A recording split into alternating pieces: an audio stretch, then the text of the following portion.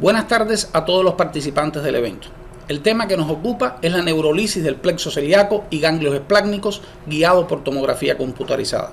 Procedimiento realizado en pacientes con patología del páncreas y sobre todo en pacientes con dolor refractario a la analgesia convencional. No existe conflicto de interés durante la realización y emisión de la charla. No cabe duda que el paciente oncológico experimenta un intenso dolor, desencadenando un gran problema médico no tan solo para el paciente, sino también para los familiares. Resulta ese dolor la manifestación inicial alrededor del 20 al 50%, y en las etapas avanzadas el dolor puede estar presente en el 90% de los pacientes. Y el dolor no es más que la manifestación o el resultado de la invasión de estos tejidos adyacentes alrededor del 70%. Para el tratamiento del dolor en pacientes oncológicos se han aplicado numerosas técnicas, desde las técnicas convencionales como la cirugía, la radioterapia, la quimioterapia, a técnicas desde el punto de vista no invasiva como la medicación sistémica. Las técnicas intervencionistas desarrolladas por los radiólogos intervencionistas no vasculares juegan también un rol importante en el tratamiento de este dolor, como por ejemplo la alcoholización y ablación del tumor. En los pacientes con metástasis vertebral, la segmentoplastia o vertebroplastia, y en los pacientes con dolor desencadenado por alguna afectación de los órganos del hemiabdomen superior, sobre todo pacientes con cáncer de páncreas, la neurolisis del plexo celíaco y de los ganglios esplácnicos.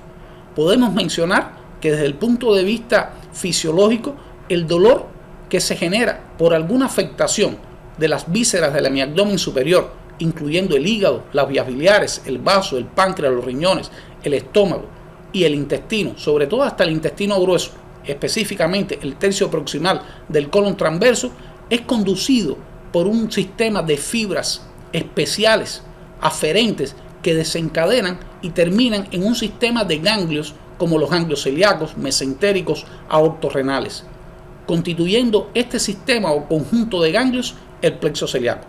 Posteriormente, esos impulsos nociceptivos del dolor son transmitidos a los ganglios esplácnicos, de ahí a la cadena simpática torácica y posteriormente al cerebro. Vemos que este sistema aferente especial es importante porque el plexo celíaco constituye uno de los plexos viscerales de mayor tamaño del cuerpo. Los objetivos de esta charla es motivar a los colegas de nuestro país, de Cuba, el uso de esta técnica, sobre todo en aquellos departamentos que cuenten con tomografía computarizada. Y para ello vamos a hacer un análisis de la anatomía del plexo celíaco y de los ganglios esplácnicos, las indicaciones, contraindicaciones y vías de abordaje de la técnica, y por último evaluar un número de complicaciones que se pueden presentar durante su realización. La neurolisis no es más que la destrucción permanente del plexo celíaco y de los ganglios esplácnicos, utilizando agentes químicos como el etanol y el fenol. En nuestra experiencia, el etanol es el de mayor uso y su objetivo fundamental es lograr una analgesia prolongada o permanente en el paciente. No cabe duda que es el procedimiento más utilizado en los pacientes con patología del páncreas y en los pacientes con un intenso dolor o dolor refractario a la analgesia convencional, como fue mencionada al inicio de esta charla. La efectividad puede ser del 90%, siempre y cuando cumplamos con dos condicionantes: que el tumor esté localizado en la cabeza del páncreas y que se encuentre en las etapas iniciales de la enfermedad, porque en las etapas tardías puede existir una distorsión del plexo celíaco que hace difícil o no satisfactorio el proceder, y además en pacientes con tumores en cola o cuerpo del páncreas. Por tanto, reitero, para lograr una mayor efectividad de la prueba debemos tratar de complementar estos dos elementos: tumor localizado en cabeza del páncreas y que se encuentre en las etapas iniciales, porque en las etapas avanzadas provoca distorsión de la anatomía del plexo celíaco.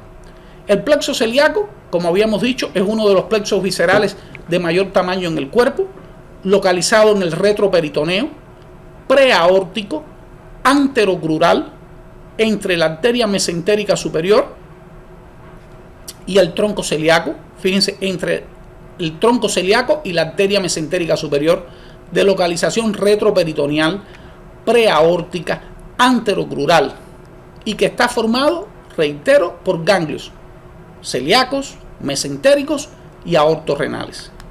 Es importante desde el punto de vista radiológico que a la hora de hacer la administración del neurolítico, tener como punto de referencia el tronco celíaco y la arteria mesentérica superior. Y a ambos lados, de situación preaórtica, anterocrural, retroperitoneal. Sin embargo, los ganglios esplácnicos, por el contrario, son de situación retrocrural, no son anterocrurales como se demostró en el plexo celíaco. Los ganglios esplácnicos son retrocrurales que se localizan entre T5 a T12 y de esta situación retrocrural. Voy a reiterar que el plexo celíaco en condiciones normales se encuentra entre T12 y L1, aunque se ha reportado algunos casos que pueden encontrarse en el margen del espacio intervertebral T12-L1 hasta la porción media del cuerpo vertebral de L2.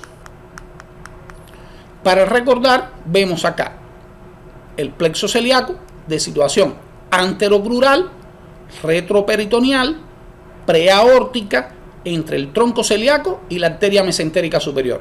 Los ganglios esplácnicos de situación retrocrural, no anterocrural como el plexo celíaco, y que se puede situar desde T8 hasta T12. Las guías imagenológicas para realizar una neurolisis pueden ir desde la ecografía, la fluoroscopía y la tomografía computarizada. Realmente se pueden utilizar cualquiera de estas guías para realizar el proceder, pero no cabe duda que la tomografía tiene múltiples ventajas, tiene múltiples bondades, y la mayor bondad es la gran resolución espacial que tiene, porque permite analizar una anatomía exacta del tronco celíaco, de la mesentérica superior, cómo puede analizar la distorsión de la arquitectura o de la anatomía en pacientes con cáncer de páncreas, que puede distorsionar toda esta región anatómica del plexo celíaco o de los ganglios esplácnicos retrocrurales. Pero además puede tener una localización exacta del trayecto de la aguja, la posición exacta de la aguja, pero sobre todo del control sobre la difusión del neurolítico. Esas dos ventajas garantizan de que la tomografía sea una de las modalidades de mayor uso. Las indicaciones, bueno, el dolor abdominal, como habíamos dicho, persistente, refractario a la analgesia convencional, secundario a tumores de páncreas, de hígado, de estómago, de duodeno, a metástasis ganglionares que afecten los ganglios celíacos, mesentéricos, inclusive a pacientes con dolor relacionado a pancreatitis crónica y a pacientes que tienen náuseas y vómitos rebelde a tratamiento y puede provocar una reducción de estos síntomas. Pero sobre todo, los pacientes oncológicos son muy demandantes de altas dosis de opioides y por tanto los efectos adversos secundarios a la administración de opioides son importantes. Si utilizamos esto como una negatividad o un proceso negativo, la neurolisis puede reducir considerablemente la dosis de opioides y por consiguiente los efectos adversos.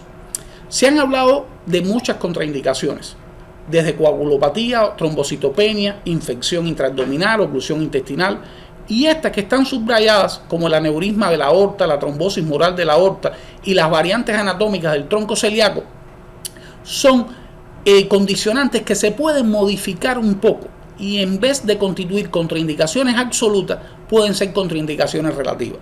Por ejemplo, este paciente era un paciente que tenía un cáncer de páncreas, pero fíjense ustedes que tenía una variante anatómica del tronco celíaco, pero además tenía un gran proceso degenerativo de la columna vertebral.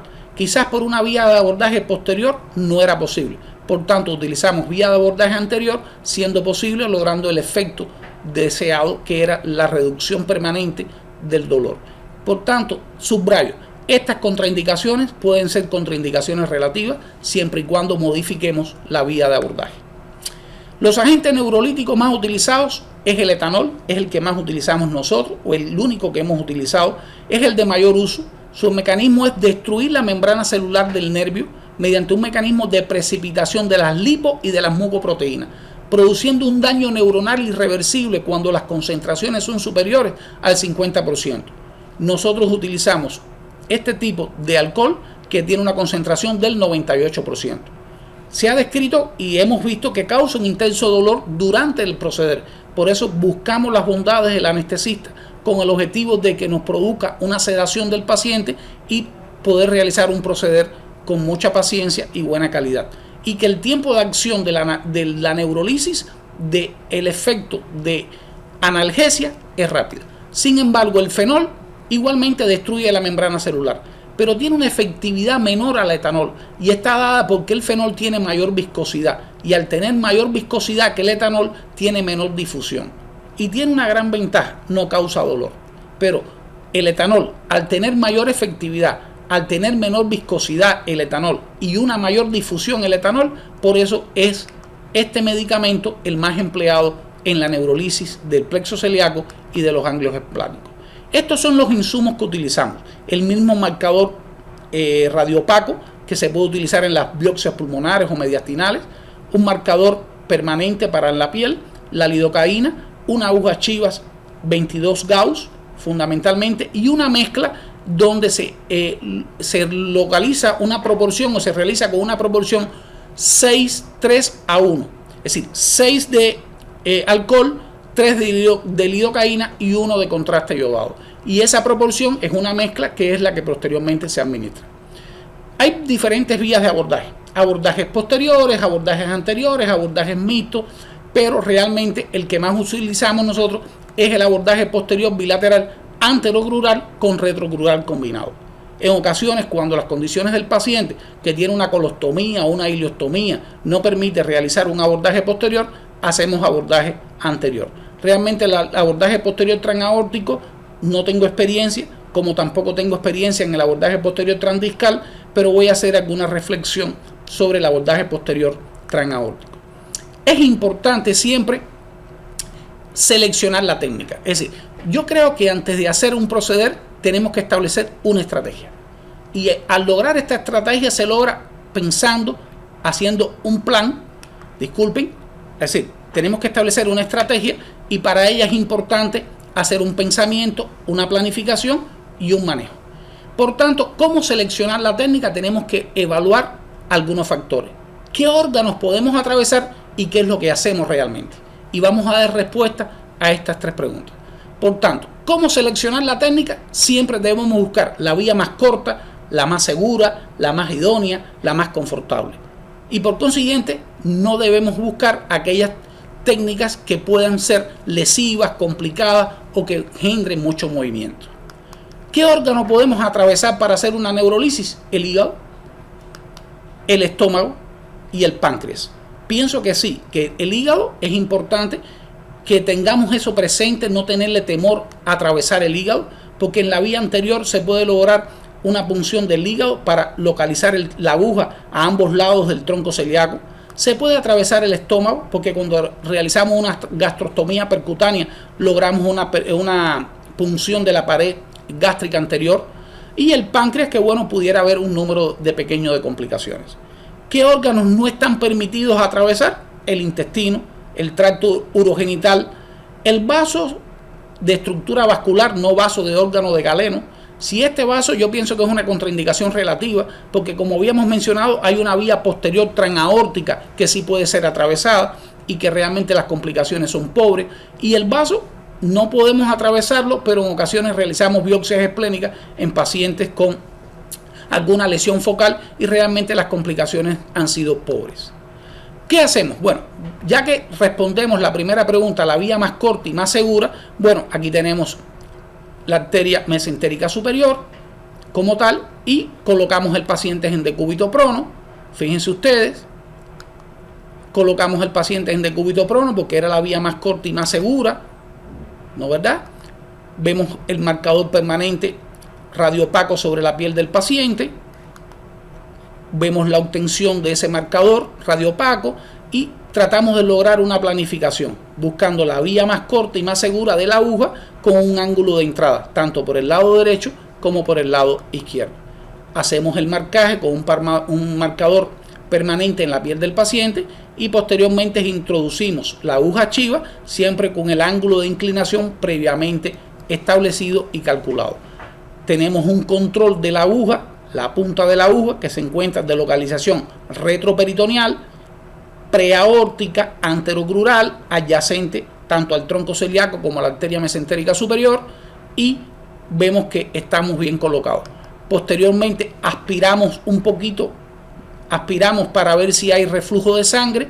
Si no existe reflujo de sangre, se pasa un poquito de contraste yodado, 1 mililitro diluido en 40 cc o 50 cc de clorosodio para ver la difusión, y si la difusión es adecuada, pero previamente no hubo reflujo de sangre por la punta de la aguja Chivas, entonces administramos esos 1 cc de contraste yodado, reitero, diluido aproximadamente en 40-50 cc, y posteriormente hacemos la mezcla del neurolítico, de la lidocaína y posteriormente del contraste yodado, 6:3:1.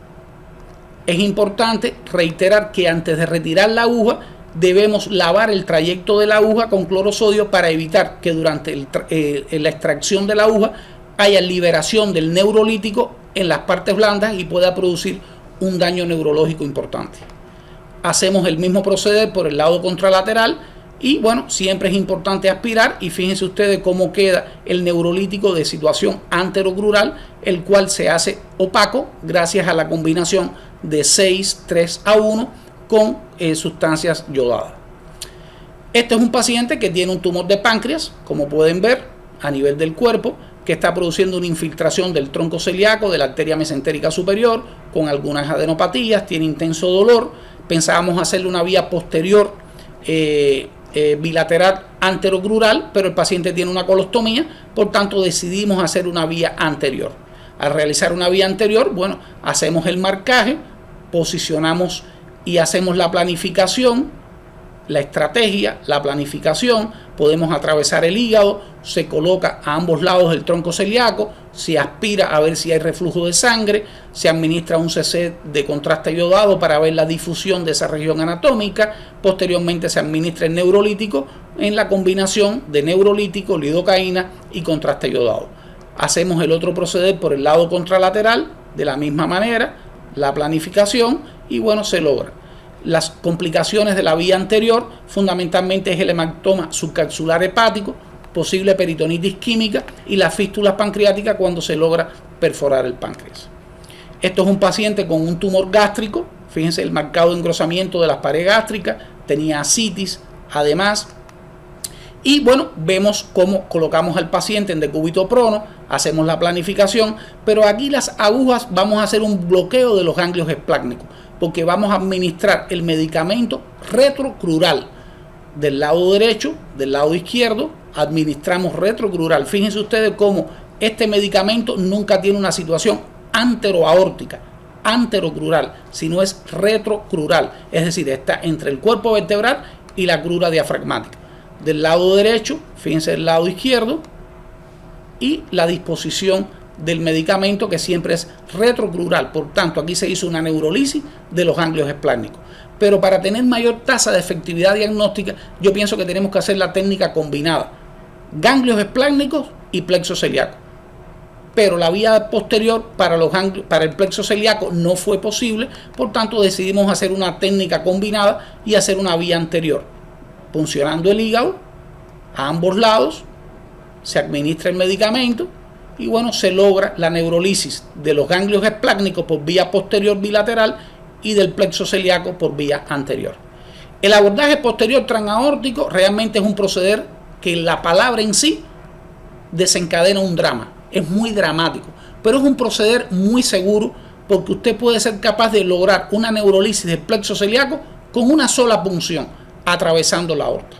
Realmente las complicaciones que se pueden ver es el hematoma retroperitoneal en pacientes con hipertensión arterial o trombocitopenia, pero realmente el paciente que tiene una trombocitopenia es una contraindicación para realizar el proceder. Por tanto, la mayor incidencia de hematoma retroperitoneal en el abordaje posterior transaórtico se logra en pacientes con hipertensión arterial, pero según describe la literatura es un proceder muy seguro a pesar de ser dramático al escuchar la palabra transaórtico, y tiene un menor daño neurológico, tiene un menor daño de las lesiones medulares o de las raíces nerviosas.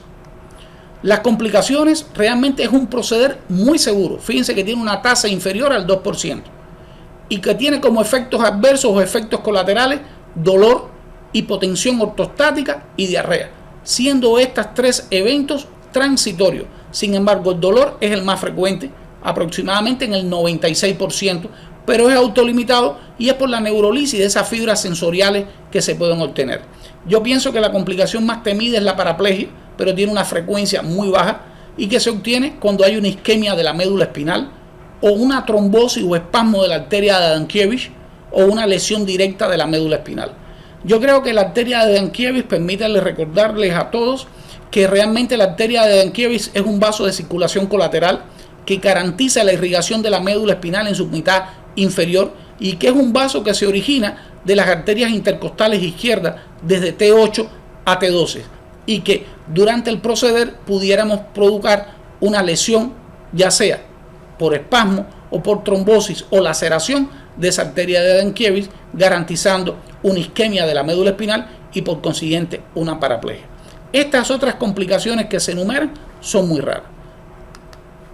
Recordar por consiguiente que la neurolisis del plexo celíaco y de los ganglios esplácnicos es una herramienta segura, efectiva, muy importante en el manejo del dolor refractario de tipo oncológico, rebelde a tratamiento convencional, sobre todo en las patologías del páncreas, con muy baja tasa de complicaciones, que el agente más utilizado es el etanol porque tiene menor viscosidad y mayor difusión, y que la TAC es una modalidad de elección que ha reemplazado en la actualidad a las otras técnicas de imagen.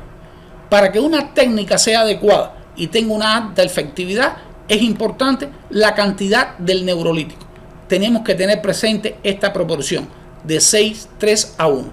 Con un grado de difusión del neurolítico, es decir, buscar estos neurolíticos que tengan menor viscosidad y siempre funcionar la zona adecuada.